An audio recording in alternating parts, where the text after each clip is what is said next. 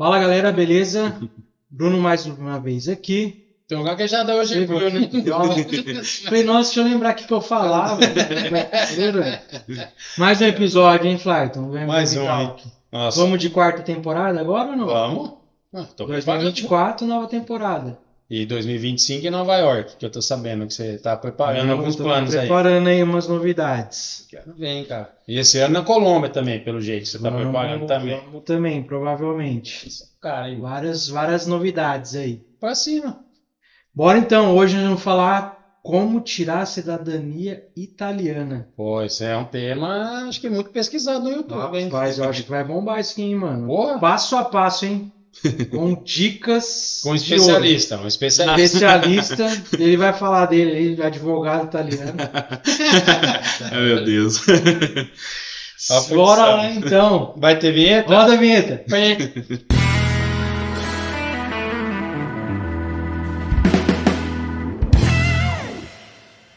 Bora. Boa. Luquinha, seja bem-vindo. Obrigado.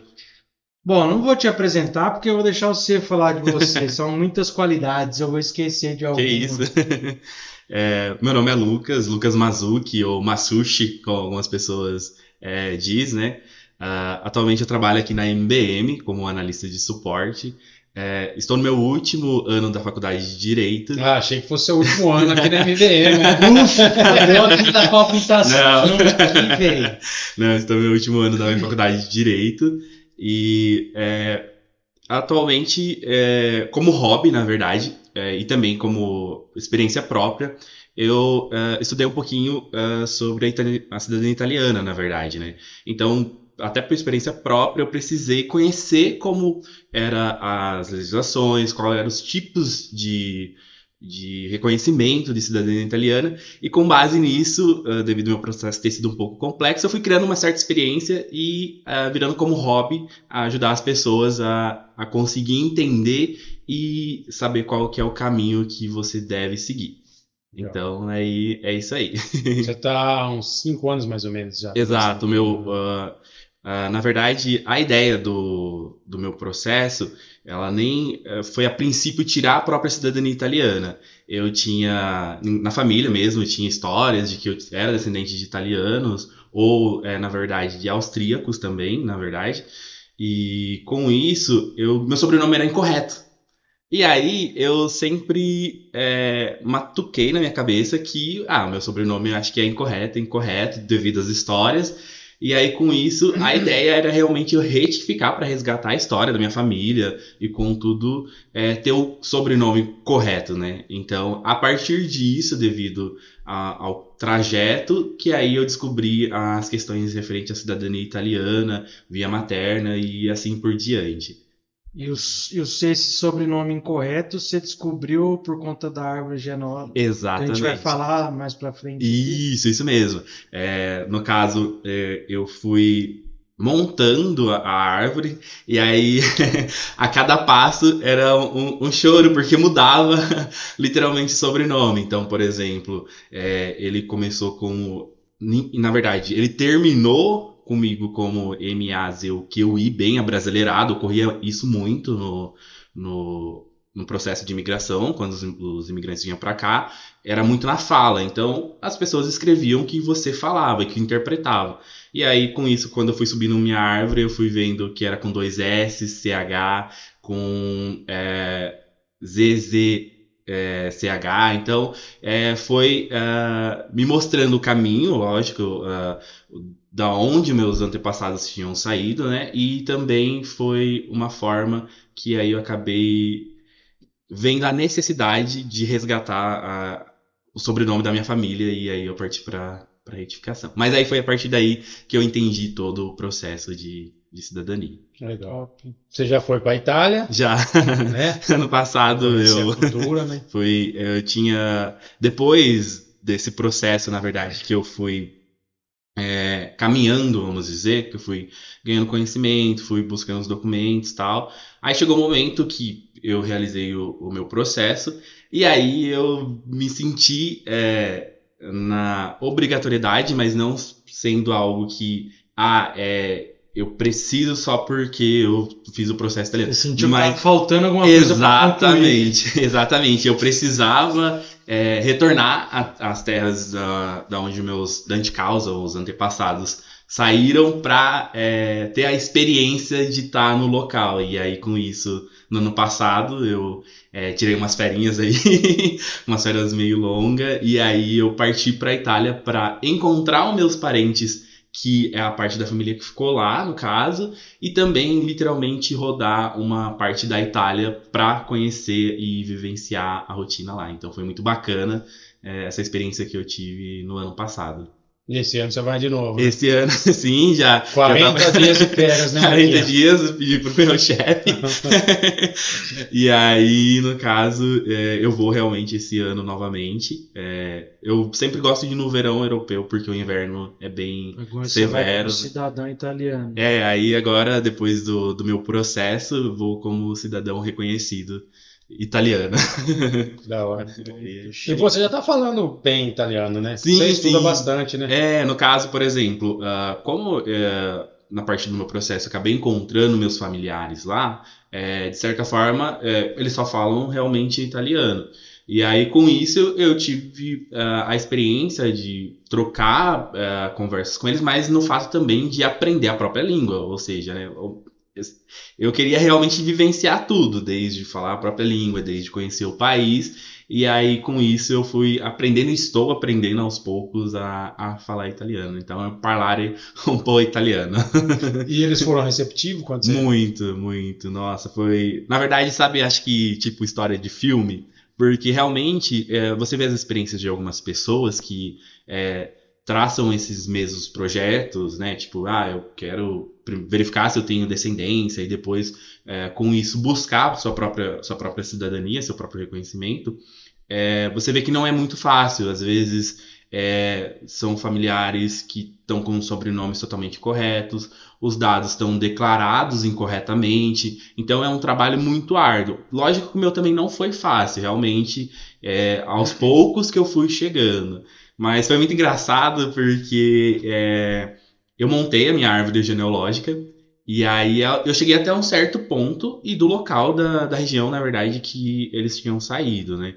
E aí, com isso, depois a gente vai falar um pouquinho mais pra frente, mas só que com isso eles eram de uma região que ainda não era Itália quando os meus antepassados saíram. E aí eles eram de uma região que era do antigo Império Austro-Húngaro. E aí, com isso, a cidadania, ela teve uma fase de tempo para eu solicitar se eu era daquela região e, consequentemente, a Itália não postergou essa faixa. Por quê? O que acontece? Depois a gente vai falar um pouquinho sobre a história da migração, mas como essa região não era Itália até 1920, pessoas oriundas, ou seja, que saíram daquela região, se elas saíram antes de um período de ser anexada à Itália, ela não era considerada italiana, e sim do Império Austro-Húngaro ou Áustria. E aí, quando eu montei minha árvore, aí eu cheguei nessa região, aí, infelizmente, por parte da minha família dessa região, mas que me abraçou, eu não consegui fazer o processo via a região de Trentino, na verdade. Mas aí eu tinha outros antepassados também, na verdade, que eram de uma região realmente que fazia parte já do reino da Itália, que era da região de Bolonha. Aí eu fiz um processo via judicial materno para reconhecer esse direito. Então eu tenho, na verdade, 2 localidades dentro da Itália hoje, né, que se considera Itália hoje, mas que tem essas diferenciações e que é muito bacana a gente falar, porque pode ser que a pessoa, quando ela montar a árvore genealógica dela, ela caia nessas validações aí. Sim, que você teve, no caso, 3 dificuldades para desistir, né? A região, o sobrenome e por ser por parte de... Via materna. Materna, isso, né? Isso, uma mulher. Eles não reconhecem mulher, né? Até uma certa fase, a gente vai também comentar um pouquinho disso, mas a gente vai ver nos próprios códigos civis italianos que a cidadania ela era através do pai. Então, o homem que passava a cidadania ao filho. Então, a mulher, mesmo com a nova Constituição, ainda em 1948, teve que ter uma sentença da Suprema Corte para vir a legitimar a mulher a passar a cidadania italiana. Mas aí a gente vai falar um pouquinho da história antes da unificação, aí após a unificação. Então, vamos lá, fala da história aí, Luquinha, um pouco da história da imigração italiana no Brasil. Inclusive, você está me ajudando a tirar a minha, né? Sim, sim. Isso é muito bacana, porque eu gosto como hobby mesmo, e aí eu ajudo. Já entendi porque que você quis gravar, né? Então. Por interesse, sem pagar nada.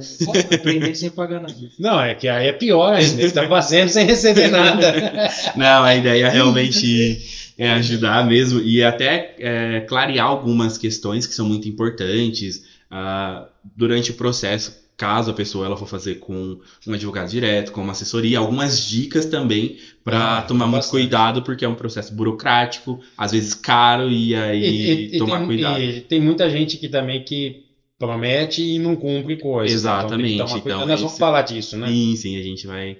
Mas aí, então vamos... Fala um pouco da história. Belezinha. Então o que acontece? A Itália no mapa que a gente vê hoje, ela nem sempre foi foi com todas essas regiões no mapa dela. Então, como eu estava dizendo, na verdade, até a própria região da minha família ela não era anexada à Itália. Então, antes de 1861, quando ocorreu a unificação da Itália com os seus ducados, com seus reinos, então a Itália era separada pelo reino do Piemonte e Sardenha, que era do rei Manuel, o duque na verdade, o reino das duas Sicílias, o ducado de Toscana. Então eram várias regiões, a região papal, na verdade, tipo uma região que era do Pontífice, né?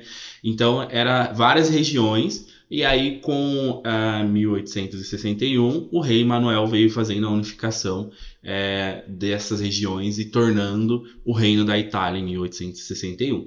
Porém, nem todas as partes realmente tinham sido anexadas ao reino da Itália. Então, teve algumas guerras que causou miséria. Um dos pontos que os italianos migraram, que era a miséria, né, no caso.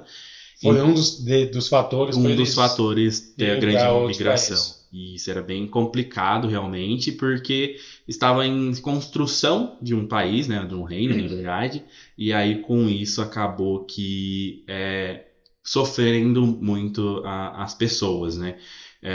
E aí o que acontece? Então é bom a gente elencar algumas datas, porque é a partir daí que um pouquinho para frente a gente vai retornar sobre essas datas, né, que elas são muito importantes para a questão originária. Então, em 1861 foi criado o Reino da Itália. Em 1866 foi anexada a região do Vêneto, ou seja, ali a região de Veneza, Verona, de Mantova, né, no caso, que é a região dos seus antepassados, que é a região de Veneza, né? Então, antes, quando ocorreu a unificação, essa região ainda não tinha sido tornada. Então, 5 anos após. Pode ser que eu tenha problema com isso então, hein? Isso, mas aí no caso, como seus antepassados nasceu após 1873, já tinha. Amparado. Isso, então são algumas questões. São algumas questões a se analisar, né, no caso. Então a região ali do Vêneto, ela foi. São dicas legais depois, até pra gente deixar essas datas aí pro pessoal, né? Isso, aí são muito importantes analisar esses períodos, porque realmente, dependendo se a pessoa faleceu antes dessa data, ela não tem direito. Então são datas. Se você não tivesse parente na região que já considerado como Itália, você não teria dado certo. Exato. A gente vai fazer algumas validaçõezinhas de um fluxograma que eu criei aqui, que são muito importantes para chegar realmente se eu tenho direito, chegar a que tipo de forma que eu posso fazer esse reconhecimento. Legal. Mas aí são dados que a gente vai utilizar um pouquinho para frente. Uhum. E aí a região realmente do qual os meus antenatos, de uma parte, na verdade, da minha família, é a região de Trento. Essa região de Trento, ela foi a última parte, na verdade, que foi anexada formalmente à Itália. Então, ela é muito engraçado porque é uma região que fala italiano, só que era uma região que era do Império Alemão, austríaco, na verdade. Então se falava alemão. E aí, até o ano passado que eu fui, muitas das questões são duas línguas. São o italiano e são o alemão. Então, essa região, por fato dela ter sido a última anexada em 1920 formalmente, porque na verdade os processos de anexação começou em 1918, e aí com isso a partir de 1920 que ela veio ser italiana. Então, é muito importante analisar isso, porque vai cair na regrinha que eu acabei caindo. Meus antepassados, o meu Dante Causa, na verdade, é quem te dá o direito à cidadania, ele acabou saindo antes de 1920, então ele saiu como austríaco ou como apátrida, se ele não reconheceu nenhuma nacionalidade. Então, é realmente muito importante. E aí, lá em 1946, a gente teve um processo que chama de ressurgimento, que foi aonde veio o fim do reinado, né, do reino da Itália, na verdade, e aí com isso, em 1946, teve a proclamação da República Italiana. A partir daí ele virou uma república, um país... O ano que você nasceu, né? E aí 2 anos depois veio a Constituição Italiana trazendo a legislação. Então essa foi um pouquinho da parte da unificação do reino, né? Então agora a gente vai falar assim a transição da unificação do reino, dentro desse período a imigração realmente de fato dos italianos para o Brasil, né, no caso. E tem um número assim, qual é o país que mais recebeu o italiano? Olha, tem algumas estimativas, no caso, na região da América do Sul, os países realmente receberam uma grande quantidade. Brasil recebeu uma grande quantidade, em torno de 1.300.000 e poucos mil italianos na década de 1800 e pouquinho. Argentina recebeu muitos italianos, na verdade. Uruguai recebeu alguns. Então, na verdade, o que acontece? Com a imigração, Estados Unidos tem muito descendentes de italianos, porque teve uma migração muito grande. Então, o que acontece? Com a questão da unificação, ocorreu que, devido à miséria e a outros problemas socioeconômicos, o próprio governo, ele não, de certa forma, incentivava, mas ele... Foi uma forma dele orientar os seus cidadãos para procurar algo melhor, porque realmente estava bem escasso, né? Então, muitas das vezes patrocinava a viagem, e inclusive os próprios países a qual esses imigrantes estavam indo também patrocinavam. A gente vai ver depois uma imagem muito importante, que é um folheto da década, e aí que ele fala sobre por exemplo, está panfletando as pessoas que venham para o Brasil, que oferece terra, mas eu vou depois mostrar para vocês.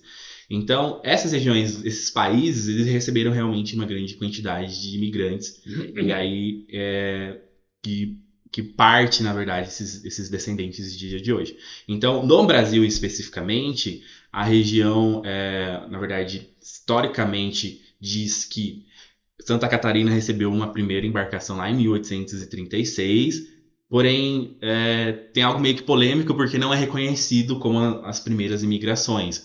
Então, diz que realmente, de fato, existe uma lei federal reconhecendo que a primeira embarcação, vamos dizer, que chegou ao Brasil foi em 17 de 2 de 1874, ou seja, aí quase 13 anos após a unificação do Reino da Itália, né, vamos dizer, que foi em 1861, algumas regiões, mas historicamente tem registrado e reconhecido uma lei federal que a primeira chegada de uma embarcação italiana foi no estado do Espírito Santo, em 1874, e era o navio La Sofia, com aproximadamente 400 imigrantes italianos.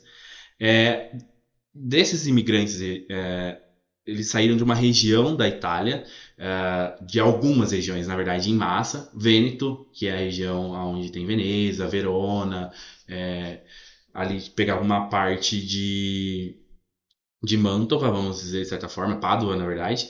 Então, teve uma grande quantidade que saíram dessa região. Também teve outras regiões da Itália que os italianos saíram, né, para emigrar em outros países, que foi da Lombardia, de Trento, da Campânia, da Sicília, que é o sul da Itália, da Toscana.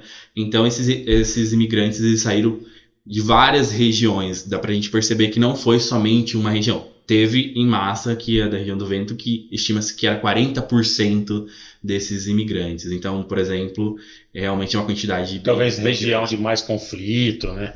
Na verdade era uma região realmente próxima ao Império da Áustria, então era uma região mais suscetível a essas questões de guerra, então realmente era bem complicado. E aí, o que acontece, né? Quando eles chegaram para o Brasil, eles também migraram para outras regiões. Logo, eles saíram lá de algumas regiões e para cá também eles não ficaram todos nas mesmas regiões, né? Então, quando eles chegaram aqui, eles foram para o estado de São Paulo, eles foram para o Rio Grande do Sul, eles foram para Santa Catarina, especificamente também o Espírito Santo, que na verdade foi onde está a primeira embarcação que chegou, Minas Gerais, Paraná e Rio de Janeiro.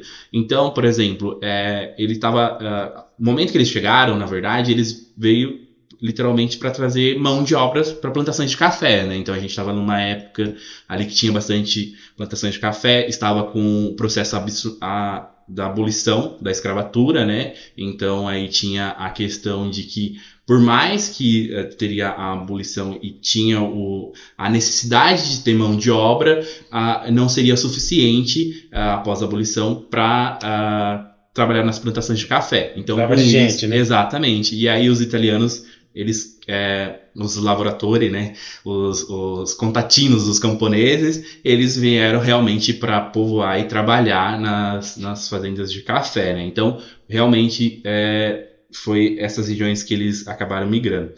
E aí um fato muito importante, numa entrevista recente, uma revista chamada Inseme, o embaixador do Brasil atualmente, Cortese, ele estipulou, ele deu uma estimativa que se existe 32 milhões de descendentes no Brasil de cidadãos italianos. Nossa, bastante.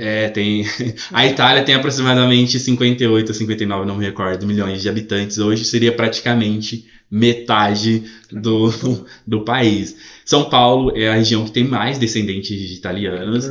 E aí tem a questão aí que tem aproximadamente de 13 a 15 milhões de descendentes só no estado de São Paulo. Ou seja, uma população que tem quase 45, 44 milhões, ter 15 milhões de descendentes. É muita gente. É muita gente. E aí, porém, nem todas essas pessoas estão reconhecidas. Na verdade, são uma porcentagem baixíssima hoje reconhecido e registrado no estado, na verdade no Brasil, de italianos, são aproximadamente 800 mil registros de italianos residentes no Brasil. Então se a gente pegar uma população, na verdade, uma estimativa de 32 milhões que tem possivelmente a descendência e somente 800 mil que foram reconhecidos, então é muito baixo. Que muitos talvez não se interessam. Exatamente. A questão é realmente que é um processo burocrático, porque tem algumas análises, mas aí realmente... E também não é barato, né? Porque infelizmente a moeda é uma outra moeda, euro, 5 vezes mais cara, então acaba ficando um pouquinho aí mais complexo. Mas esse é um parênteses da imigração italiana para o Brasil. Legal. Ô Luquinho, vamos lá. Falando um pouco da história, os números, qual que é o primeiro passo para eu dar o start para tentar tirar a cidadania? Que nem eu. Eu nem sei se eu tenho descendente. Qual que é o primeiro passo? Saber se eu tenho e como que eu faço isso? Certo. Para a gente chegar na forma de reconhecimento, a gente só vai retratar um pouquinho referente... A gente passa a imagem lá aqui do folheto, que eu acabei esquecendo. O folheto depois a gente vai mostrar para vocês, mas era um folheto que trazia assim, venha para o Brasil, terras para italianos no Brasil, na verdade. Tipo, navios que partem toda semana, e no qual do Porto de Gênova, que era do porto principal da Itália. E aí eles falavam, venham construir seus sonhos, no Brasil tem terras, tem, não terras, mas terras em abundância, riqueza mineral, então era... Muitos se deram bem, né? Exato, e aí realmente várias pessoas conseguiram fazer uma vida bem. Então, acabei esquecendo de pontuar a imagem que eu queria colocar para vocês, e aí só, então, trazendo a informação da pergunta do Bruno, né? A Itália, ela... Cadê essa cartilha? Você ia pôr? Isso, não, a gente vai pôr no vídeo. Vou colocar para o pessoal ver. Tô curioso. E aí a gente vai colocar, mas era realmente uma imagem bem indutiva a você a migrar, porque falava de riqueza mineral e assim sucessivamente, mas é bem legal. E aí, por exemplo, para a gente chegar às formas de reconhecimento, a gente tem que voltar um pouquinho lá na legislação italiana. Porque a legislação italiana, que nem comentou referente ao meu processo materno, né? O que acontece? O Código Civil de 1865, ele era literalmente claro e falava que a descendência, a cidadania só poderia ser transmitida de um homem para o seu filho, no caso. Então, ele falava lá no seu artigo 4º que é cidadão o filho de pai italiano. A lei era tipo pai italiano. Então, não importava se sua mãe era uma italiana, mas em Código 1865 ele é claro que era realmente o pai que transmitia a cidadania.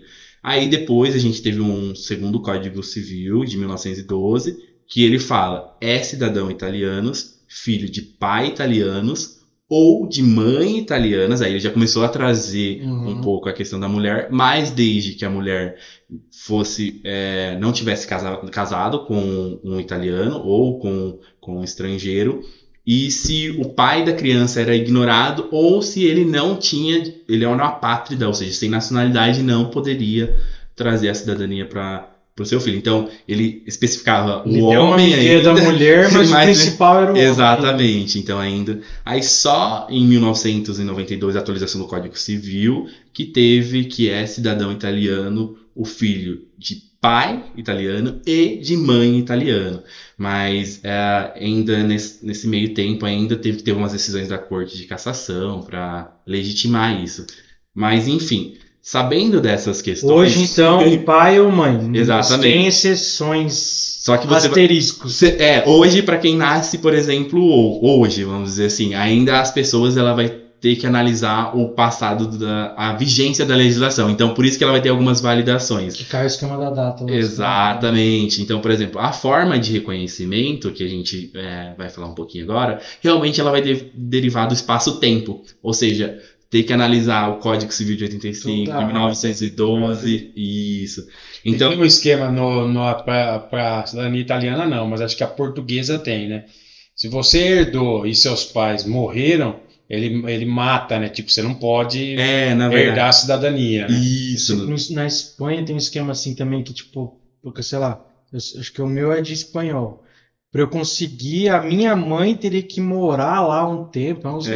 Meio... Na verdade, por exemplo, assim, muitas pessoas falam assim, a Itália é generosa em não colocar limites. Vamos dizer assim, a Itália é um dos únicos países da União Europeia que ainda não limitou gerações, desde que esteja previsto o prazo da unificação. Então tem algumas regrinhas a seguir. Mas hoje ela não te fala assim, olha, você só... Se seu pai foi italiano... você pode receber cidadania. Não, ele te dá, se não for seu pai, se for seu avô, se for seu bisavô, se for seu trisavô, se for seu tataravô. Desde que você comprove, hoje não tem limite e se realmente se encaixa nas regrinhas existentes. E o pai não precisa estar vivo. Não tem exemplo, essa... Meu pai não é vivo, mas eu vou herdar do meu bisavô, né? Exatamente. Então, por exemplo, a lei era clara, porque tem muita gente que fala assim, mas você vai pegar uma cidadania que nem era do seu pai, era do seu avô, do seu trisavô. Não importa, a lei realmente é clara e a lei fala, é filho de italiano,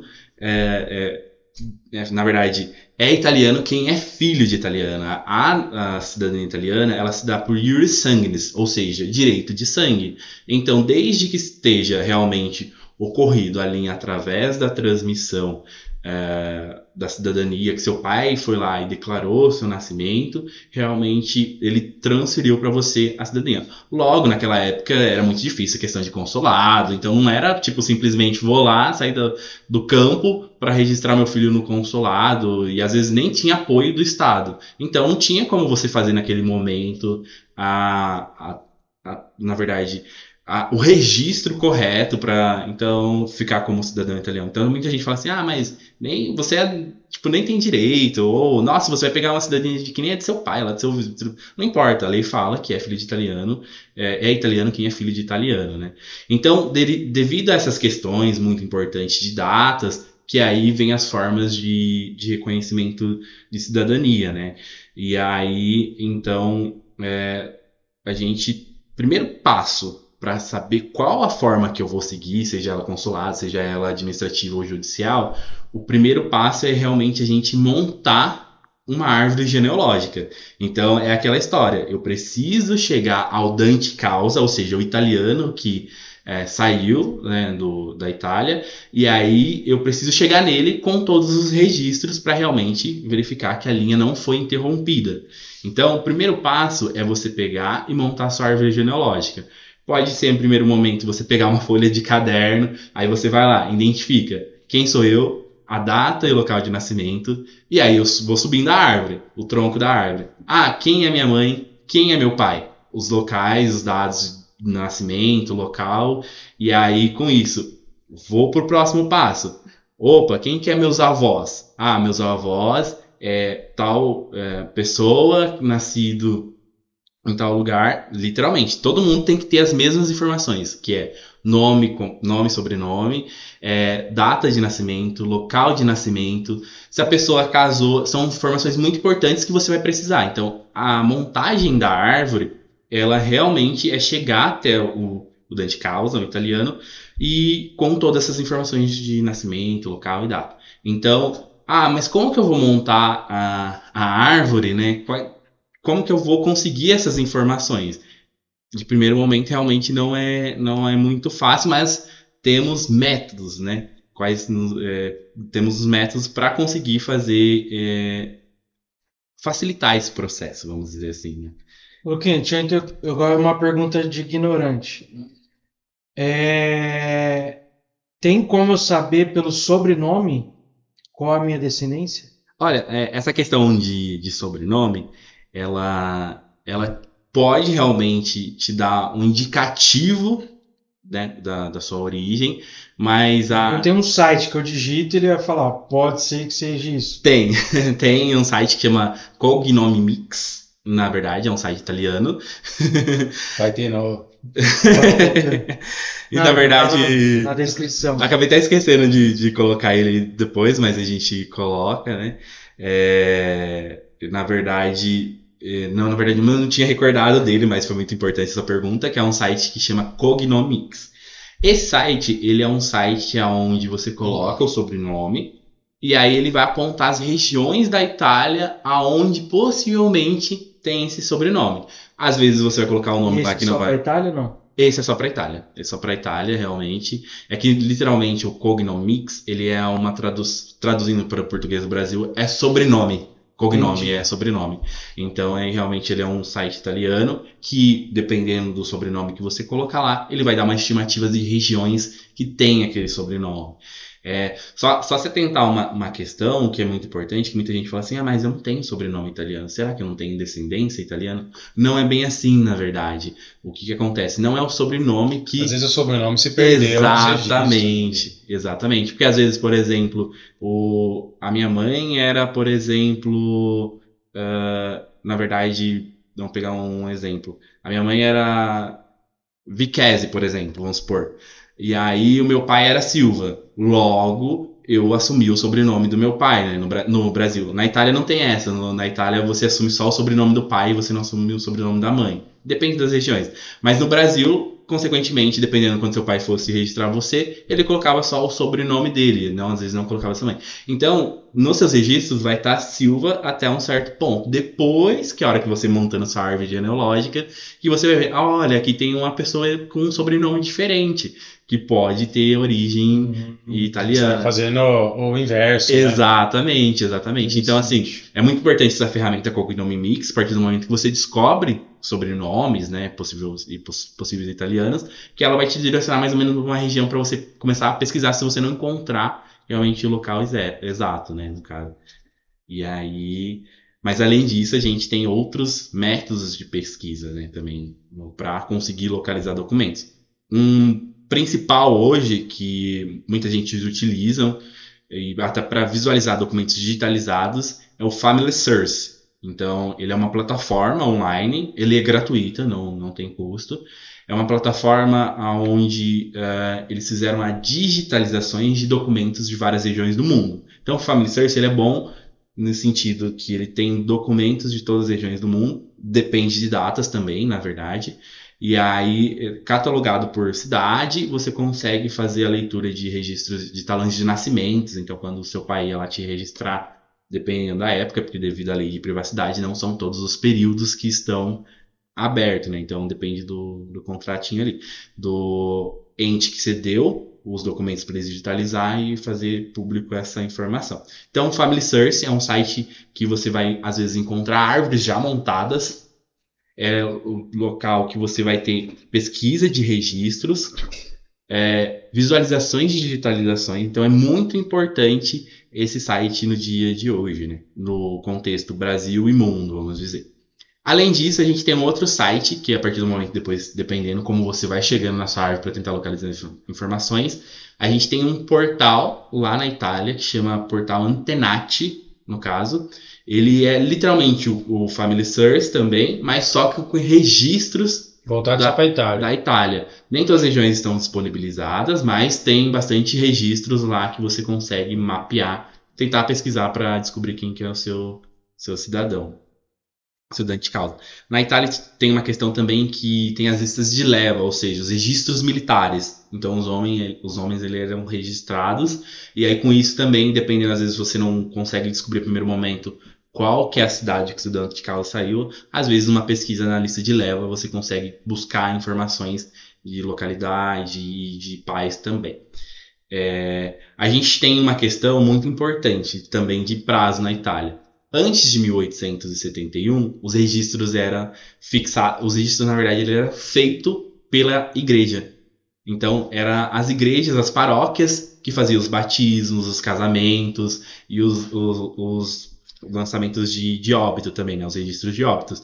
Então, olhando para questões de data, se o seu dante causa, ou seja, o seu italiano, ele nasceu antes de 1871, ele casou antes de 1871, dependendo da região da Itália, ele vai estar o registro numa igreja, numa paróquia. Aí você precisa... E se essa igreja fechou, você se lascou. Aí você tem que identificar qual é a diocese que ela fazia parte e ficar no arquivo da diocese. Então, por exemplo, na região norte da Itália, esses registros realmente, eles até 1871 era feito por igreja. Já no sul, já tinha registro civil da época de Napoleão, então são questões que precisa realmente estar atento, né? Após 1871, aí você trata diretamente com a Comune para solicitar documentação do seu italiano, ou seja, nascimento, casamento, mas a posse sucedeu após 81. Já no Brasil a gente também tem esse mesmo quesito de certidões. Antes de 1899, os registros eram feitos pela igreja também, e aí após 1899 foi instaurado o registro civil no Brasil. Então são informações muito importantes para a questão de validade. Por exemplo, se alguém da sua árvore casou após 1899 no Brasil só no religioso, infelizmente ele não tem validade civil. Então isso também é um ponto muito importante. E as outras questões são também você pesquisar em arquivos de estado, seja no Brasil ou seja na Itália. Você também enviar um e-mail nesse processo de montagem da árvore. Opa, montei aqui eu tenho meus dados é fácil. Os dos meus pais às vezes são tão fáceis também. Mas às vezes os dos meus avós já é um pouquinho difícil. Aí eu posso tentar acessar o Family Source, tentar buscar dados se já estão catalogados da cidade que ele nasceu. Isso que eu ia perguntar, Camille. Meus avós, da parte do meu pai, ainda estão vivos. Meus bisavós eu já não sei nem o nome. Já vou ter que ir nesses sites para descobrir as informações para montar minha árvore. Normalmente, por exemplo, a gente tenta pesquisar de formas para conseguir montar, visualizar essas informações, mas o correto sempre é retirar a certidão inteira, o teor depois dos seus avós, dos seus pais, dos seus avós, que consequentemente em cada certidão vai estar um indicativo. Olha, quem que é o pai de quem, qual a cidade. Isso. Muitas vezes realmente você vai ter informações lá que estão ignoradas, literalmente está lá, pais ignorados. Aí é bem complicado porque você tem mais um probleminha para tentar encontrar, mas você pode, às vezes, com o nome da pessoa, tentar localizar se tem alguém próximo, vamos dizer, para tentar chegar nessa pessoa que é o seu dente de casa. Então, realmente é um trabalho que você tem que ir por fases, e essas ferramentas elas te possibilitam a localizar essas informações um pouco mais fácil. Não que vai ter tudo lá, mas ajuda muito. No exemplo do Clayton, a gente viu lá que já tinha os registros e alguém começou a montar uma árvore, por exemplo. Essas árvores, elas às vezes são montadas pelos próprios familiares que também estão tentando fazer o processo, ou muitas das vezes são voluntários que fazem as catalogação dos registros e transcreve a partes dessas documentação nesse site, por exemplo, Family Source. Então, que aí te permite, com sobrenomes, tentar buscar essas informações. Esse é o que alimenta para montar a árvore? Aquela que você me mostrou ou não? Qual site que eu vou montando? Isso, é o do Family Source. Tá. Você salva e volta lá, coloca mais coisas. Isso mesmo, exatamente. Então, eu ia perguntar se tinha um site que eu digitava o meu nome e os dados que eu já tenho, né? Ele já vai montando para mim. Isso, exatamente. O Family Source, ele é bem completo, vamos dizer. Ele tem a questão dos documentos estar digitalizados nele e a possibilidade de você montar a árvore nele próprio. E esse é independente da cidadania. Isso aqui é só para você fazer uma rastreabilidade diária. Tipo, quero estudar a história. Exatamente. Você vai indo, você vai montando. Às vezes vai ter registro já catalogado. Aí, se você estiver montando a árvore, ele vai sugerir para você, olha, tem alguém aqui que tá com as informações e que estão parecidas com as suas. Será que não é a mesma pessoa? Aí ele indica para você verificar se se trata da mesma pessoa e anexar Você vai descobrir até uns irmãos, uns parentes que você nem sabe que tem. Até porque eu não sou próximo a parente nenhum, então... Sim. Não, mas realmente, nesses muitos casos que você descobre que às vezes teve um familiar e você não sabia, às vezes pode acontecer isso mesmo. No caso foi meu, eu não sabia que eu tinha um tio, e aí lá, quando eu tava olhando os livros, né, os registros, aí eu descobri que meu pai teve um irmão. É igual o meu irmão. Você nem sabia. Esse dia ele achou no Instagram um cara que tem o mesmo nome e o primeiro sobrenome. Igualzinho. Pode ser que ele seja preso por engano, né? Então, imagina. Tem que tomar um cuidadinho aí.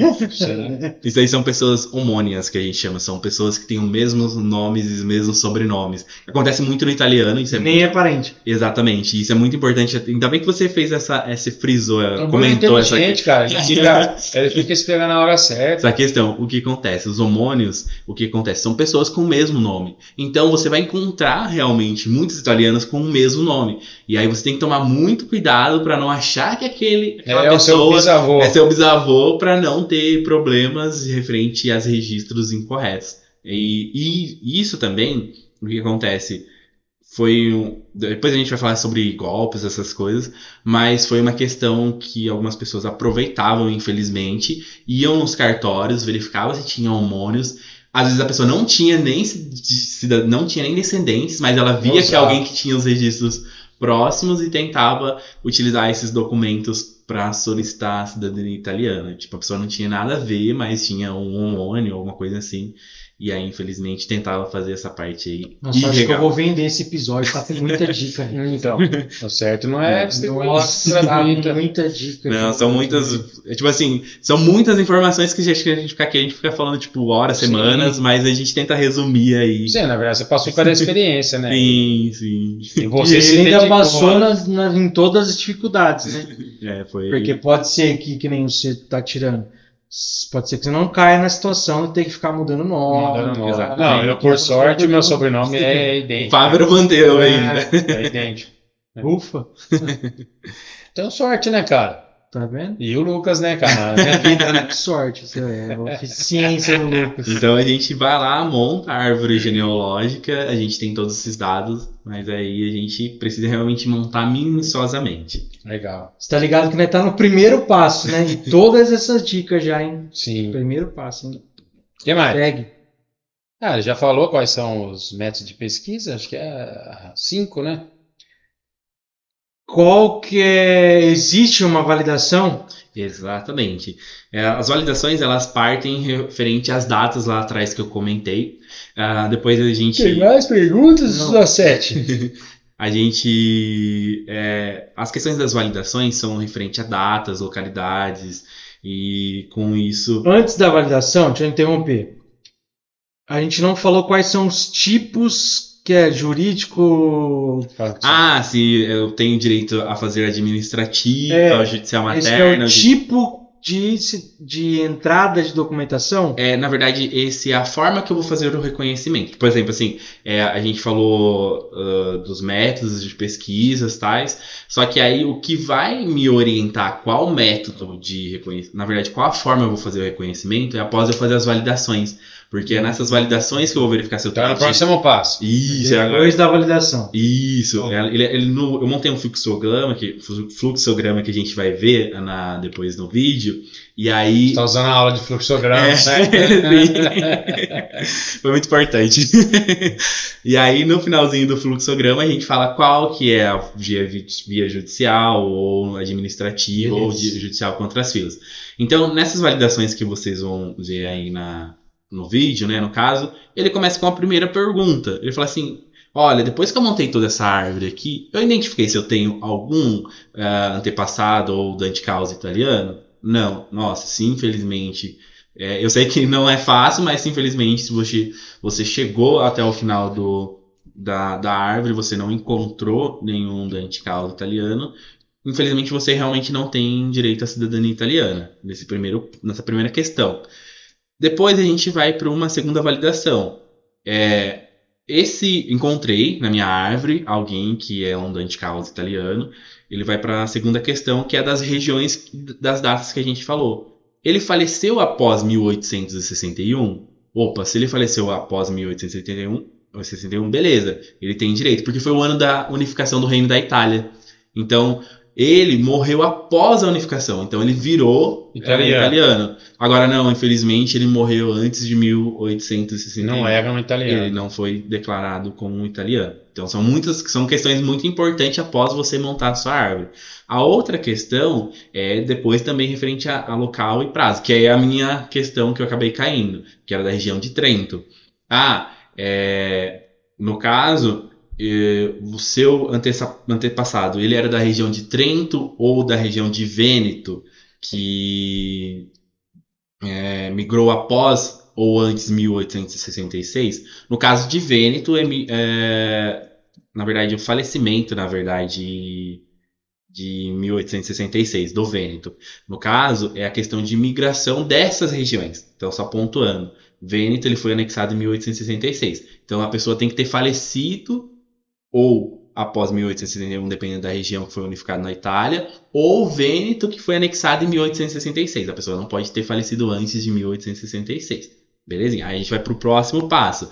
Seu antepassado era da região de Trento, ou da Friuli, Veneza ou Giulia, no caso que são regiões que faziam partes do Império Austro-Húngaro, que era o meu, que foi anexado à Itália somente após 1920, que aí é a questão. Ele migrou antes de 1920 ou depois de 1920. Se ele migrou antes, infelizmente, ele migrou como austríaco ou como... Depois ele ficou por um tempo como apátrida. São muitas validações.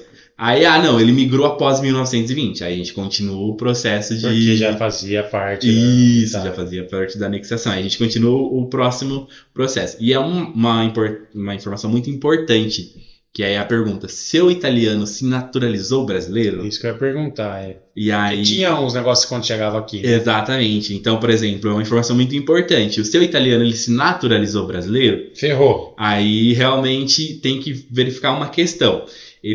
Realmente, ele se naturalizou brasileiro. O filho dele nasceu antes ou depois da naturalização? O filho nasceu antes. Aí permanece ainda a linha de validação para verificar se tem o direito. Se o filho nasceu antes da naturalização, ele perdeu o direito de passar a cidadania. E aí essa questão da naturalização, em 1899, se eu não me engano, o governo imperial brasileiro, na época, baixou um decreto naturalizando todos os imigrantes no Brasil, de forma automática. Isso virou um problemão mais pra frente, depois, mas o governo foi lá e falou assim: todo mundo que está no Brasil e que não se opõe, foi essa questão, que não se opõe, será naturalizado brasileiro. E aí foi uma questão que trouxe alguns problemas futuramente depois, porque se a pessoa não foi lá e de próprio punho falou que eu quero continuar sendo italiano, foi uma brecha que depois a Avvocatura dello Stato, que é o advogado, o órgão competente do governo italiano, que tentou utilizar esse decreto para impedir novas cidadanias. E aí a gente vai até falar um pouquinho dele, mas então é muito importante. Se naturalizou? Naturalizou. O filho nasceu antes ou depois da naturalização?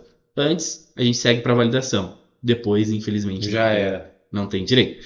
Aí, belezinha. O filho nasceu depois, na verdade, antes da naturalização. Beleza, continua em direito. Ou não se naturalizou o italiano também, né? Tem uma mulher na linha de transmissão? Aí é a questão. Então, por exemplo, no meu caso, era eu, o meu pai, o meu avô, a minha bisavó. Aí, nesse sentido, o que acontece? O meu avô nasceu antes de 1948. Então, ela não tinha direito, porque a Constituição, lembrando um pouquinho, a Constituição italiana, que veio falar dos direitos das mulheres transmitir cidadania italiana, veio lá em 1948. Na verdade, nem veio trazendo claramente a possibilidade de permitir cidadania italiana, só veio trazer que as mulheres e os homens tinham direitos iguais, né, vamos dizer. Então, ela trouxe os direitos iguais, mas ainda não previa que a mulher transmitia a cidadania italiana. E aí, com isso, em 1875 e 1975 e 1983, se não me falha a memória, a Corte de Cassazione, que é a Suprema Corte da Itália, equivalente ao Supremo Tribunal Federal do Brasil, validou essas questões de mulheres que tiveram filho antes de 1948, né, no caso. E aí, na verdade, ela validou as questões das mulheres terem a mesma igualdade, e aí, belezinha, as mulheres que tiveram filhos após 1948, ela transmitiu. Agora, aquelas mulheres que teve filho antes de 1948, teve esse julgamento, na verdade, e acho que em 2009. Então, o primeiro julgamento foi para tratar sobre as igualdades da mulher e do homem para transmitir, após 1948. Porém, teve um outro julgamento para tratar das mulheres que tiveram filho antes de 1948. E aí o julgamento declarou que era legítimo a mulher passar a cidadania, né, no caso para o seu filho, só que aí eles estipularam que essa solicitação para a mulher que teve filho antes de 1948, que é a cidadania via materna, ela deve ser protocolada perante a justiça italiana, não te dá a possibilidade de fazer administrativamente. Então, ou seja, tem uma mulher na linha? Eu tenho que verificar se o filho nasceu antes ou depois de 1948. E aí que a gente vai chegando no final. Então, dependendo da linha que você seguir, infelizmente você não tem direito à cidadania italiana, ou você tem via materna, porque o filho nasceu antes de 1948, ou você tem uma possibilidade que é administrativa, fazer via consolado, ou ir diretamente numa comune na Itália e fazer seu processo administrativo. Ultimamente a gente está tendo um caso também que é um judicial contra as filas, que é quem tem a possibilidade de fazer via consulado ou administrativo, mas literalmente é mais ênfase no consulado, porque a questão é a fila que você entra no consulado, né? Porque se você fosse lá na comune, você não vai enfrentar a fila, você vai fazer todo o processo lá. Então, aí ultimamente tem a questão de judicial contra a fila do consulado, qual é a sua região. Aí você faz um processo judicial contra o tempo de demora. Então a gente tem essas fases, essas formas de reconhecer. Você pode ir lá. Vai lá e fica lá fazendo. Desde que você não seja um descendente de uma mulher que nasceu. Vamos supor, eu passei por todas as validações. E aí a advogada, não, pode vir aqui, nós vamos fazer por aqui. Então eu posso ir lá. Isso. Então eu respeitei as datas, tá tudo certo. Até porque você não pode ir de felizão, né? Você tem que fazer essas validações. Tem que fazer validações. Beleza, validamos tudo. Então eu posso ir lá. Essa é uma opção. Isso. A segunda opção é eu faço um processo lá e demora 10 anos. No caso, por exemplo, a opção então tem essa do comune, que se você estiver dentro das validações, você vai lá e faz todo um processo, depois a gente vai Você tem que morar lá, né? Isso, tem que fazer uma residência lá. Uhum. A outra questão é se você identificou que o seu processo também é administrativo, mas olha, é caro o processo para eu ir morar lá, eu vou ter que ficar um tempo morando, não tenho condições de largar meu Nós emprego estamos falando agora. já do próximo passo? Não tenho condições de morar. Eu vou fazer então o quê? A via consulado. Que aí eu entro na fila do consulado, que dependendo do consulado, a título de exemplo, o consulado de São Paulo demora 10 anos, que está a fila dele para te chamar para iniciar o processo de reconhecimento. Então, é o exemplo do estado de São Paulo, porque tem outros consulados, tem o de Porto Alegre, tem o do Rio de Janeiro. Então, dependendo da região é mais rápido, mas só que você tem que seguir alguns ritos para fazer por outros consulados. Você tem que morar lá, fazer residência. Então, não é só simplesmente, eu vou amanhã para o Rio de Janeiro, porque a fila lá é menor, e vou tirar pelo consulado lá. Não, tem validações a ser feita. Então, o que acontece? Como a fila do consulado de São Paulo, um exemplo, está demorando 10 anos, aí tem processos judiciais contra a fila do consulado, que aí você entra judicialmente. Falando, tem uma lei de 2 anos lá. Exatamente, é 730 dias, que é uma lei que fala que o consulado tem que fazer o processo em 2 anos. Só que se a fila está em 10, né, aí realmente... Você vai morrer com o sonho da cidadania. É bem complicado. E aí a outra questão é a de judicial materno. Então, 3 possibilidades. Se eu me enquadrar depois de 1948, se tiver uma mulher, ou se, na verdade, eu não tenho uma mulher, seguiu tudo paterno, eu tenho o ir para o consulado, entrar na fila, ou ir administrativamente na Comune, na Itália. Agora, não, realmente, infelizmente, tem uma mulher que teve um filho... Comune é uma residência lá, né? Comune é o município, pra gente, é equivalente. Tá. Então é como se fosse o município de Americana. Então eu vou até o município de Americana. E moro lá e fico lá. Isso, aí tem que fazer todo um processo de residência, tudo certinho. Mas aí, essa é a fase de você ir residir no comune, né? Ou seja, no município. Que pode ser a sua escolha ou não, tem que ser... Exatamente, pode. Mas aí, o que acontece? A Itália tem 8 mil e poucos comunes.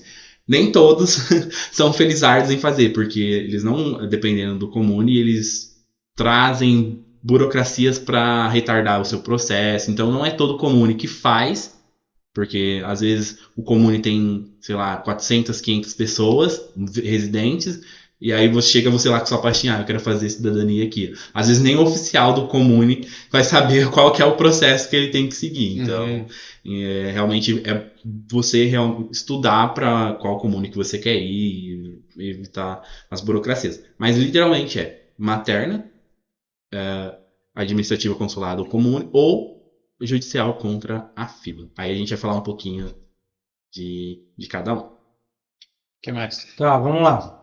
Já para quem ficou até agora, 1 hora. Vamos fazer um resumo. Vamos fazer um resumo. Conheci a história já, a gente falou. Primeiro passo, árvore. Certo? Isso. Segundo passo, quais são os métodos que eu posso conhecer, posso dar entrada. Não, acho que depois da árvore, saber se você tem as validações de direitos. Né? Então, por exemplo, eu montei a árvore, aí eu tenho uns métodos para ajudar na pesquisa da árvore. Base em data, se é mãe, se é pai. Então eu tenho os métodos que vai me ajudar. Isso. Aí eu vou para as validações. Exatamente. Terceiro passo, que eu vou ver a questão para saber que tipo de entrada de documentação que eu vou fazer. Qual a forma, a via de reconhecimento. Isso. Feito isso, próximo passo eu vou começar a dar a entrada no processo. Exatamente. Certo? Aí você, por exemplo, vai escolher. Escolher não, né? Você vai ver qual que você se enquadra para iniciar. Então, por exemplo, o consulado, ele é a forma mais simples e barata, vamos dizer, de você fazer o reconhecimento da cidadania italiana. Então, você vai verificar qual que é o seu consulado da região. Nós seria equivalente ao consulado de São Paulo. E aí você vai entrar no site desse consulado para verificar quais burocracias, ou na verdade, quais documentações que você precisa para entrar na fila daquele consulado. E também quais documentos. Por exemplo, a fila hoje, exemplo do consulado de São Paulo, ele é um sistema que chama Prenote. Até um tempinho atrás, até 2021, era só você mandar um e-mail pro consulado, falando assim, olha, eu quero entrar na fila do consulado, colocando seu dante causa, e belezinha. No ano seguinte, saiu uma listagem que todo mundo que entrou naquela fila, por exemplo. Esse era um método de fila para entrar no consulado. Mudou a partir de 2021, na verdade 2022, e aí agora é um sistema que chama Prenote, onde você tem que tentar conseguir se registrar nesse sistema para aí sim entrar naquela fila que pode demorar 10 anos. E já manda os documentos logo de cara ou não? Não, nesse caso é só a tentativa de entrar na fila para ser chamado para depois fazer as validações. Ser chamado daqui 10 anos. Exatamente. E aí sim você apresenta os documentos. Isso, aí primeiro espera mais 5. Mais 730 dias que o prazo que o consulado tem para concluir o processo. Deus. Então, assim, ó, primeiro passo. Não, eu vou porque é econômico. Hoje a taxa de pedido de cidadania no consulado está em 300 euros, hoje, né, no caso. Então, não sei quando a pessoa vai ver esse vídeo, mas ela tá 300 euros. E aí, mais as documentações que você vai precisar, né, que é as documentações de certidões interior, certidão interior. De um monte de gente, né, de pai. Até o seu dante causa. Então, traduzidas, apostiladas. Então, o primeiro passo, antes de você retirar todas as documentações também, é você tentar entrar na fila. Depois que você conseguiu entrar na fila, aí você vê qual que vai ser, dependendo do seu consulado, qual que é o prazo que ele vai te chamar. E aí, com isso, você vai retirando os documentos para validar qual as formas, ou seja, qual as burocracias que o consulado daquela região pede. Porque às vezes tem questão de aportuguesamento das palavras ou de nome. Abrasileiramento, né? Às vezes o meu sobrenome que era Mazuki virou Masuki. Então, o consulado ele tem ali uma liberdade que ele te dá para falar, olha, não, eu entendo que ocorreu aportuguesamento do nome, então eu aceito até certo ponto. Você tem que entender qual que é a rotina que o consulado vai seguir e o que ele vai aceitar. Se tiver uma letra diferente, já proíbe. Exatamente, dependendo, por exemplo, o caso, às vezes invertiam os nomes e a pessoa, numa certidão, chamava Maria Josefina, na outra ela chamava Josefina Salles. Era a mesma pessoa, só que nos registros estavam com nomes diferentes. Era a mesma pessoa, mas com um registro nome diferente, o consulado ele pode falar, não é a mesma pessoa para mim. E aí você retifica ou infelizmente eu não consigo analisar a sua documentação. E aí você perde o lugar na fila se um dia você foi chamado e levou essas informações. Então, muito importante, entra no site do consulado, tenta entrar na fila do consulado, ver qual que é o método da fila do consulado. Aí sim você vai ler toda a rotina que o consulado vai fazer durante seu processo, quanto a quais certidões, que normalmente é certidão de nascimento, casamento e óbito, quando houver os dois últimos, nascimento e casamento.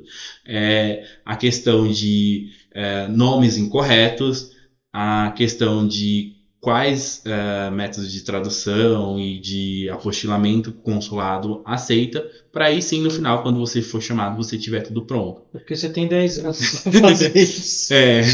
Mas também eu não posso ir de João sem braço lá e simplesmente eu vou lá, eu nem sei se a minha descendente é italiana, eu vou lá e coloco meu nome na lista. Exatamente. É por isso que tem as validações. Por isso que é a questão de fazer tudo. Quando eu escolho fazer por um advogado, que acho que tem, depois não sei se você vai falar sobre isso. O judicial, eles fazem a entrada no consulado e depois entra com processo contra o consulado? Na verdade, você que vai tentar fazer as tentativas de entrar na fila. Por exemplo, advogado ou assessoria, eles têm uma forma de utilizar como prova que você tentou entrar no consulado. Tem alguns que, quando conseguem, mandam print da fila que ele conseguiu entrar no consulado, na fila do consulado, ele manda o print daquela tela que ele conseguiu entrar. Tem alguns que mandam os prints das tentativas que o sistema fala, não tenho vaga, manda aquele print. E tem advogados que pedem para o seu cliente fazer uma carta R e direcionar ao consulado. Então, vai depender da estratégia do advogado, como que ele vai provar para a justiça que você tentou entrar. O cara tá tentando, a pessoa tá tentando. Exatamente. Porque senão eu não consigo fazer um processo, né, se eu não tentar. Então, por exemplo, mas é muito importante realmente que a pessoa esteja na fila do consulado. Sim, então burlar a fila. Exatamente. Então, do consulado é literalmente verificar as condições que o consulado me impõe, verificar qual é a fila, o tempo, né, do meu consulado da fila, verificar as questões de erros nas certidões, que se o consulado aceita ou não, né, no caso, e aí depois o último passo, que é a tradução e o apostilamento, né? Então isso é referente e pagar a taxinha lá de 300 euros hoje, no caso, se você for chamado hoje. Então esse é o do consulado, que é o mais simples, na verdade, de todos. Mais barato. Exatamente. O outro passo é se você tem direito de fazer no Comune, né, que você vai diretamente. Esse é um pouquinho mais complicado, porque ou você vai precisar falar muito bem italiano, ou você vai precisar fazer uma contratação de uma assessoria para te auxiliar lá, né, no caso. Porque senão realmente você chegar lá que nem com, tá aqui, eu quero fazer, não é simplesmente assim. Então você tem que verificar que você perguntou, posso fazer qualquer comune? Pode, você tem que verificar se aquela comune faz esse tipo de processo e se é uma comune boa. O que eu quero dizer com comune boa? É que não é aquela comune que vai ficar colocando empecilhos no seu processo. Então tem muitos grupos nas redes sociais que dão dicas de comune boa e comune ruim, pessoas que tiveram experiências nessas comunes e aí a qual o oficial às vezes não foi tão exigente quanto a questão de erros ou alguma coisinha, mas que transcorreu seu processo corretamente. Como tem em todo lugar, né? Um é mais proativo, outro Exatamente. Porque você pode pegar uma comune que também acontece aqui no Brasil. Tem cartório que você vai com o pessoal bacana, tem cartório que o pessoal é mais chato. Exato. Pode ser uma comune que você vai lá, o cara faz esse processo uma vez por ano. O cara vai demorar para fazer, porque não tem isso que é importante esses grupos, né? Sim. Você consegue pegar dicas. Nossa, eu participo dos grupos. Eu participo nos grupos de administrativo, judicial. Eu tento participar de todos para ter informação de todos, né? Assim, sempre tá atualizado. Mas realmente tem grupos específicos de judiciais, de administrativo, que você vai vendo ali o dia a dia, a experiência de todo mundo e pegando novas informações.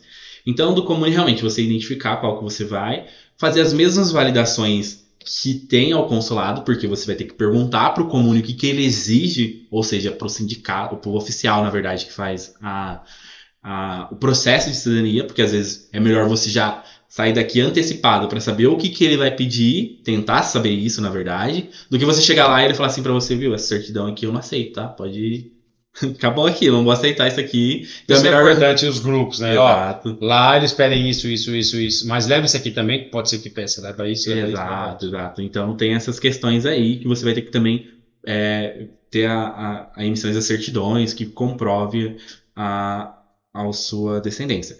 A questão também de a tradução juramentada, você precisa traduzir para o italiano e apostilar para ele ter validade na Itália. Então, se você vai fazer um processo no comune, você também tem que estar atento a isso.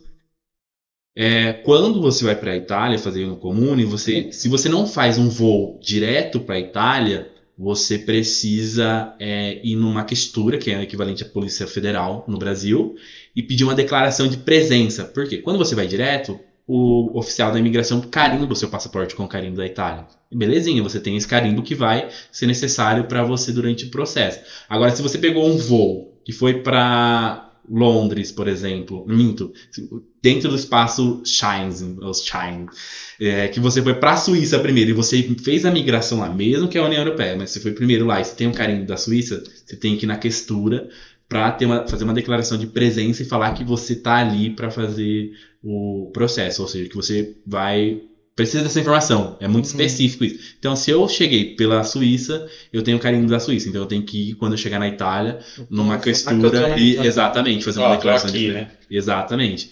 Aí você tem a questão de emissão de um código fiscal, que seria equivalente ao nosso CPF, você precisa fazer esse processo também na questura de emitir um CPF italiano para você, para começar a ter validade, né, no caso. Você precisa fazer a questão de registro de residência, então você precisa comprovar que você está morando ali. E para isso você vai ter que fazer um aluguel, fazer um contrato de aluguel. Não é fácil as pessoas alugar casas para estrangeiro, fazer processo de cidadania, né? Por mais que você que você é uma pessoa de boa índole, ele não te conhece, então não vai ser fácil ele alugar para você uma casa. Então, realmente você precisa fazer um contrato de aluguel. Esse contrato tem que ser registrado no órgão competente, né, no caso. E aí, depois que esse contrato é registrado, que você está morando, eles ainda vão comprovar se você, na casa que você está morando, está de acordo com as normas. chama um oficial que chama vigile, ou seja, um policial que vai até o local confirmar que você está residindo naquela casa, que aquela casa está dentro dos parâmetros permitidos, tem quantidade de banheiro certo para a quantidade de pessoas que estão morando lá. Tem 1000 pessoas. Exatamente, que é os casos que às vezes infelizmente acontece de assessoria, que joga todo mundo dentro de uma casa e tenta fazer o processo. Mas, né, aí você tem que realmente fazer esse processo aí de residência. E aí depois você entra com o processo no Comune, leva as documentações, tudo certinho, e aí você tem um prazo que eles têm que concluir o processo, é uma circular da K28, que ela estipula 6 meses. Ah, Lucas, eu tô aqui há 6 meses e não concluí meu processo. Eu posso fazer alguma coisa? Primeiro você tem que verificar se não foi solicitado para você informações a mais. Porque, por exemplo, além dessas questões que a gente falou, o Comune vai mandar uma comunicação para o consulado aqui no Brasil para verificar se o seu italiano não se naturalizou. Se não teve nenhuma pendência que ainda possa te impedir lá de seguir com o processo. Então, ele manda uma comunicação para o consulado, para verificar se não tinha algum registro, não naturalização, e aí faz uma não renúncia, ou seja, não renunciou aos direitos italianos, né? Ou seja, a sua cidadania italiana. E aí, só que isso também tem um prazo, que às vezes se o consulado demora 10 anos para responder, para chamar para você para a fila, para responder uns e-mails, às vezes do Comune demora 30, 60, 90 dias. Então, realmente tem essa questão. Isso atrapalha o prazo. Isso. Mas, chegou nos 6 meses, eu tenho que verificar se ele passou por, às vezes, por ser só uma pessoa na Comune e ela faz todo um processo de trabalho eleitoral, de registro. Então, às vezes, o que acontece? Esse Comune, dependendo do que você pegar, é uma pessoa que faz todo esse processo. Ele faz registro de nascimento, ele cuida da questão eleitoral, serviços demográficos da Comune, a parte administrativa. Então, às vezes, é uma pessoa só que acaba levando o atraso, né? Mas aí, se você tiver com tudo certinho, você tem a questão da circular K28 que você exige seus direitos. Então, do Comune, é muito importante você estudar todos os processos. Eu comentei alguns principais, mas tem muito mais informação que realmente você precisa analisar. Então, porque não é fácil você sair da onde você está residindo ou morando do seu país e ir para um outro país e achar que é fácil. Só com o RG. Exatamente. Não é assim. E aí tem a questão, então, a gente falou do consulado, falou do Comune, tem mais informações depois pro pessoal dar uma olhadinha, mas a gente vai para o judicial materna. Na questão da Comune, só esqueci de falar uma coisa, que eu comentei da assessoria, realmente, se você fazer via assessoria, você pesquisar sempre muito bem a assessoria, para você não ter... caso de sucesso.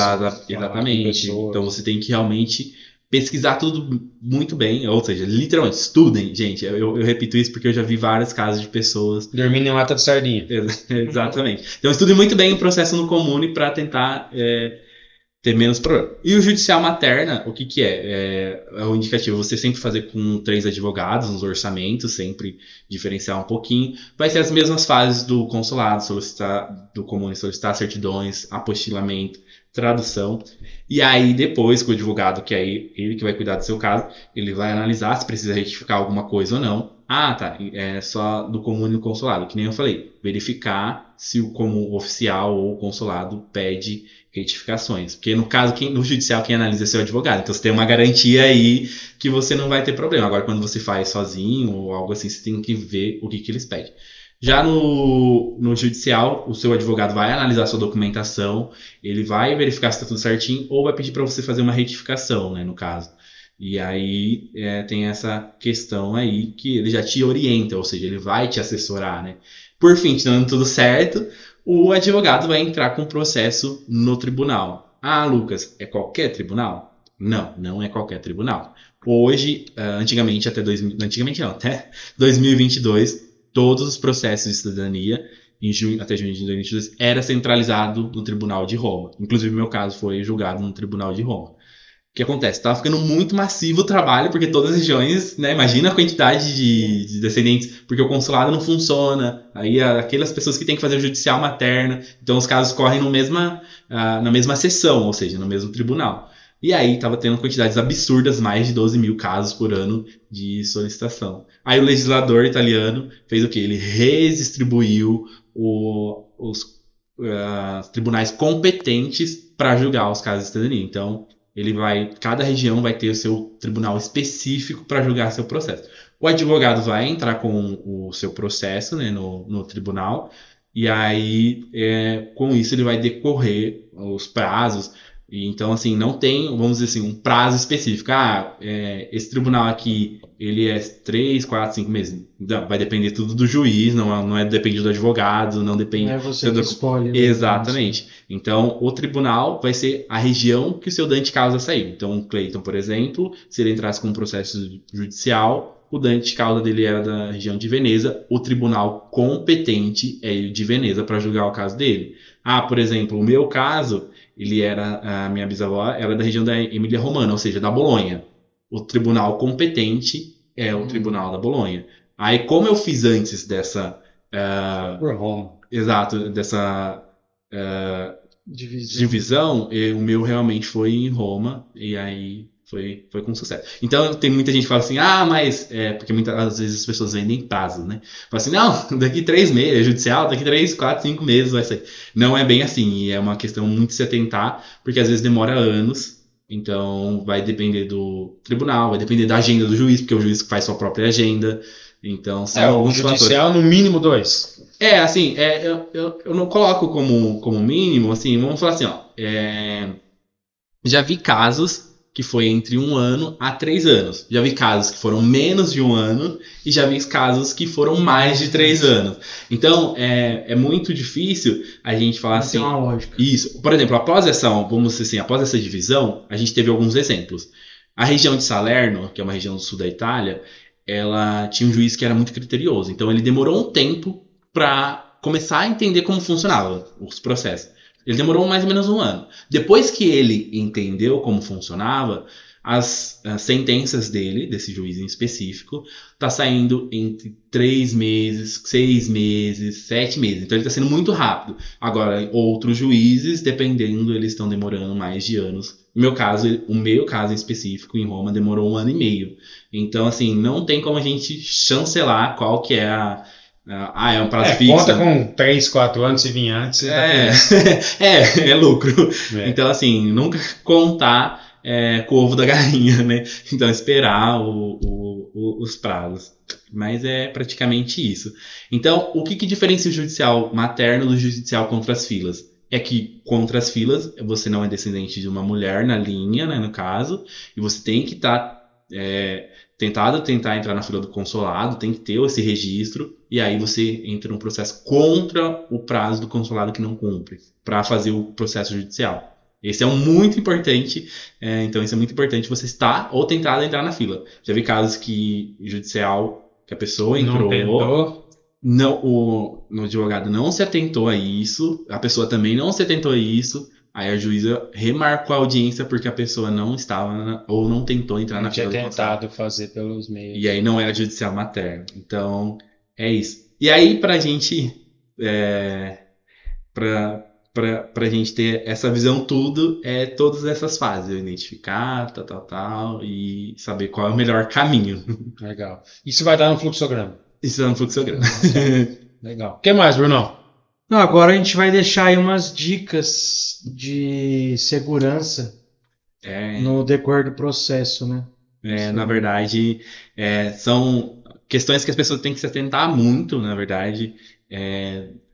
Por mais que eu sofri em 5 anos, eu sofri por questões minhas, mas é muito difícil você sofrer por questões que não são suas, né? Imagina você ir para o Comune e você contratou uma assessoria ou uma pessoa, ou você foi sozinho por falta de conhecimento, não se atentou às questões de ter seu sonho frustrado, né? Então, tipo, a frustração acho que é a pior coisa, né? Sim. Então, primeiro passo, você vai identificar se você vai fazer por assessoria, por advogado ou você próprio. Se for por assessoria ou advogado, você faz orçamento com pelo menos umas 3 pessoas. Seja 3 advogados, seja 3 assessorias. Então é muito importante pesquisar referências dessas pessoas, né? Então, peço referências deles próprios, mas também tento buscar essas referências, seja reclamações. Reclame Aqui é um site muito bom, que por mais que você vai fazer o processo às vezes na Itália, às vezes tem gente que faz a reclamação aqui no seu país, né, de origem, no caso. Em nome Exatamente. Então é muito importante, porque até se for uma assessoria, ela vai às vezes vender por aqui, né, ou se for por lá, mas é importante você pesquisar, né, no caso, é muito importante você ter referências e pesquisar reclamações.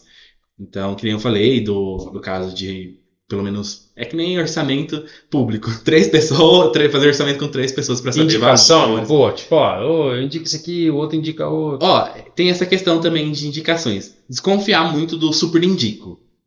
Então, por exemplo, assim, porque às vezes indicou e nem fez o processo. Às vezes, ou ele fez, às vezes ele tá com o processo dele atrasado, só que às vezes a pessoa que ele tá fazendo tá dando ali uma bonificação para ele, ou tá tentando fazer algo que para ele conseguir indicar.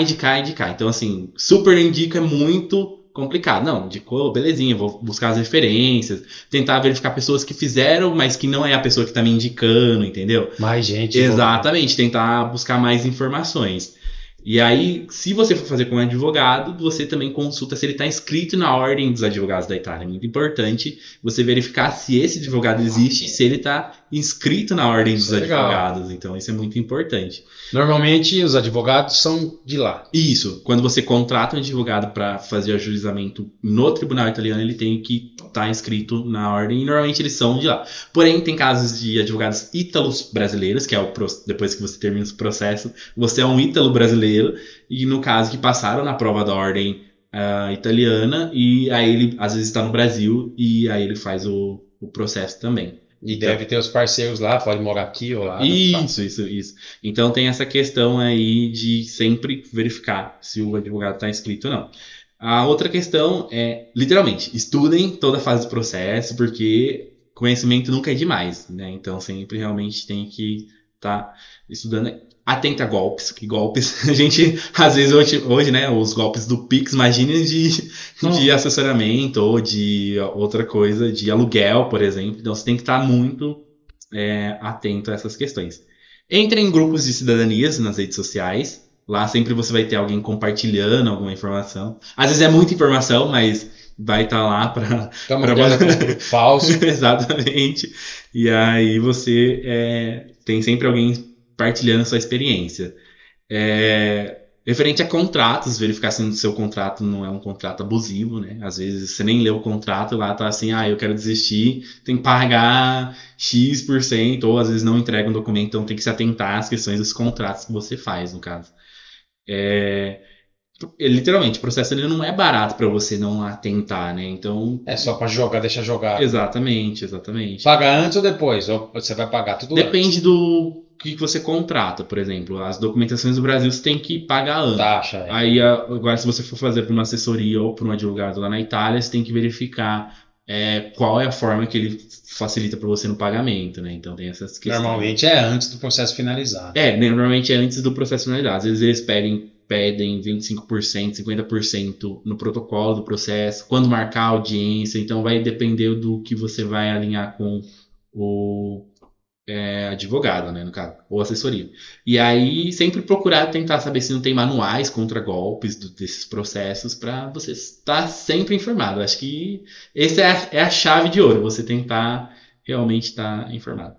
Mas acho que foi essas algumas... pouquíssimas, que é muita informação. Né? Às vezes esqueci de alguma coisinha, mas tem bastante dica aí. Muito bom. O que mais, menino? Você é louco, filho? Quer falar mais alguma coisa, Luquinha? Não, realmente só seguir as validações. Você que gosta, aí se quiser deixar suas redes sociais, não sei se é algo que você... tipo assim... A gente, nesses grupos de redes sociais, a gente sempre fala assim para as pessoas nunca entrar em contato inbox. Porque é essa forma que às vezes que as pessoas agem de má fé.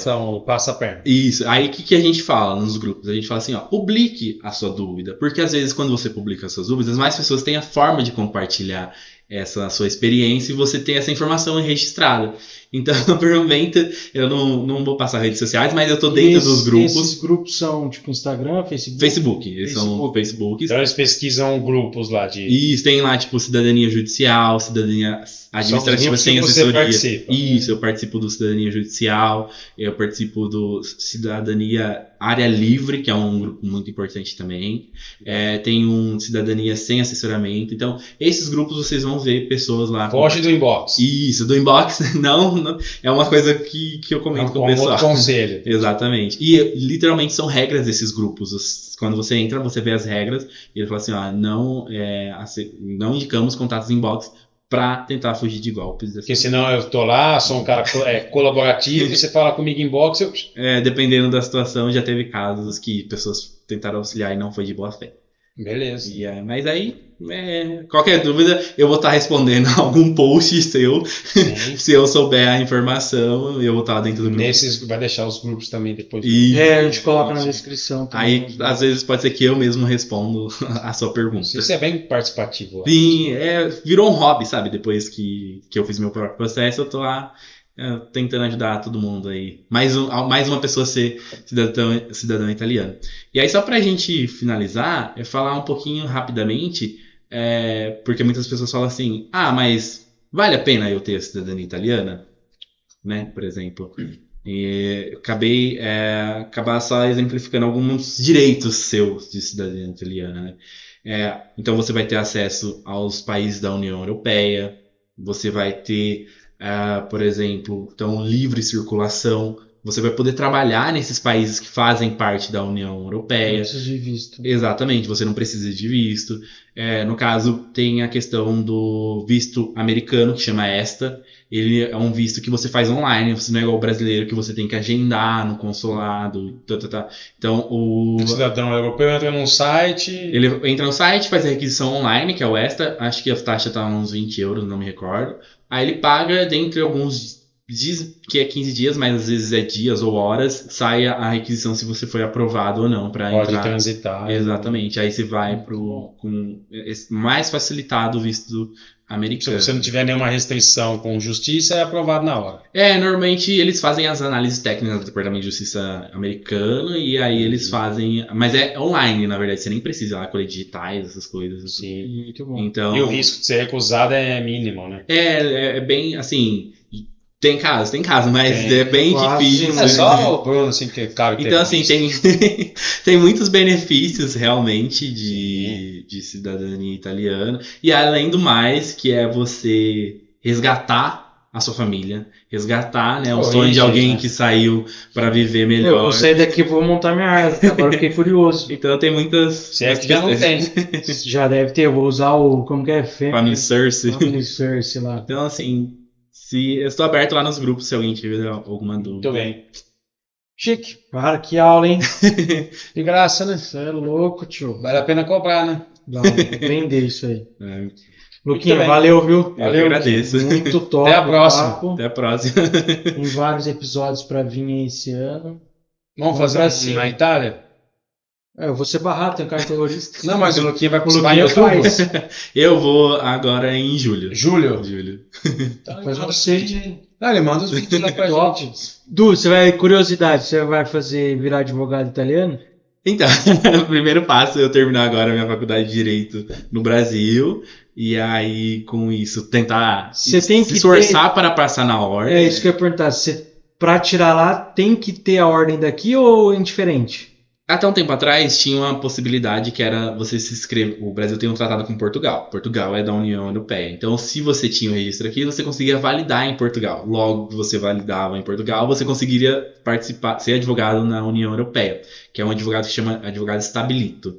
Ele é um advogado, vamos dizer assim, não originário, não passou, na verdade, na prova da ordem, porque ele veio com a inscrição de uma outra ordem, por exemplo. Ele vai ser acompanhado por um outro advogado. Então tinha essas questões. Exato, mais ou menos assim. Aí, no caso, Portugal, infelizmente, revogou, com isso não tem como fazer mais. Então você tem que passar na ordem italiana, logo você precisa estudar. Então, se eu futuramente um dia, né, quiser Mas exercer... a faculdade daqui, se você fizer a prova da ordem lá, vale. Não, eu precisaria Estudar lá lá, porque o processo de revalidação de diploma lá é um pouquinho mais difícil. Então, às vezes seria mais fácil fazer a faculdade de 5 anos lá e depois fazer a prova da ordem. Mas não sei, e aí, não. Quando você estiver morando lá, nós vamos lá na sua casa. Vamos abrir uma filial da MBM. Não, sem pagar nada. Vamos abrir uma filial da MBM. Vamos ver questões futuras. Mas eu sou muito grato por poder participar. Tentei trazer um resumão aí, mas tem muita informação ainda a ser vista e revista, na verdade. Muito bom. Obrigado, Luquinha. Eu agradeço. Obrigado. E até a próxima. Até a próxima. Valeu.